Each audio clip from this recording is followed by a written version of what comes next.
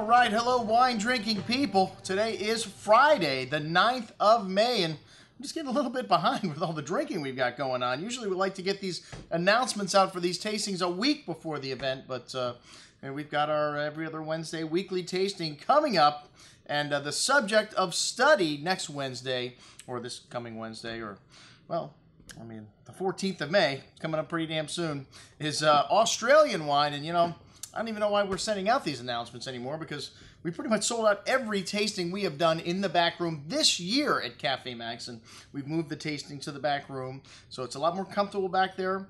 We don't have to worry about all the riffraff that's going on in the restaurant. I can give a nice little presentation, and we can focus on the wines a little bit more. Hey, that's what we're there to do, to learn about wine. And I'll tell you, Australia is one of my favorite subjects. I've been to Australia twice, and I think they make some of the greatest wine in the world in Australia. One of my favorite vintners, Ben Glaetzer.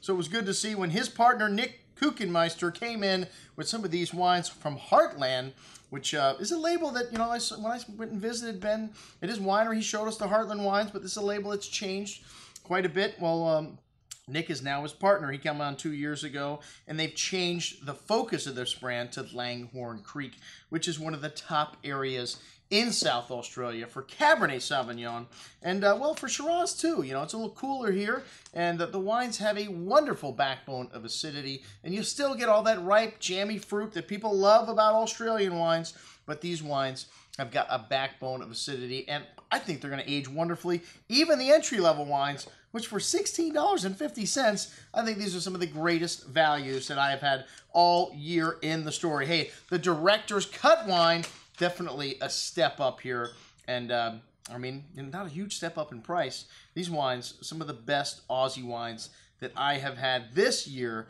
for the money. If you like that ripe, jammy fruit, you love that savoriness, you like that little spice you get in the Australian Shiraz, a little eucalyptus, they got a lot of gum trees down there, licorice. These wines have all that in them, and they have got wonderful balance, something you don't find in some of these inexpensive Aussie wines. They can tend to be a little sweet. And, you know, even though they taste good initially, try to drink a whole bottle of these wines can be a little taxing to come down. These wines are refreshing. And, hey, we got a couple of their friends with us. This is all from the Noble family of wines and the Jackson portfolio of imports. Everything on the table tonight, all 8 wines. Check it out, everything we're going to be serving on Wednesday night, May 14th, at our Australian wine tasting at Cafe Maxx. Like I said, this is kind of like happy hour. It starts at 6:30, goes to 7:30, 8 o'clock. Well, pretty much until we finish all the wine. My work is not done until the wine is gone. That's what I always like to say. And we have 8 different wines. We should have a lot of fun. It's always a learning experience and a good time, kind of like happy hour for wine lovers at Cafe Maxx every other Wednesday night.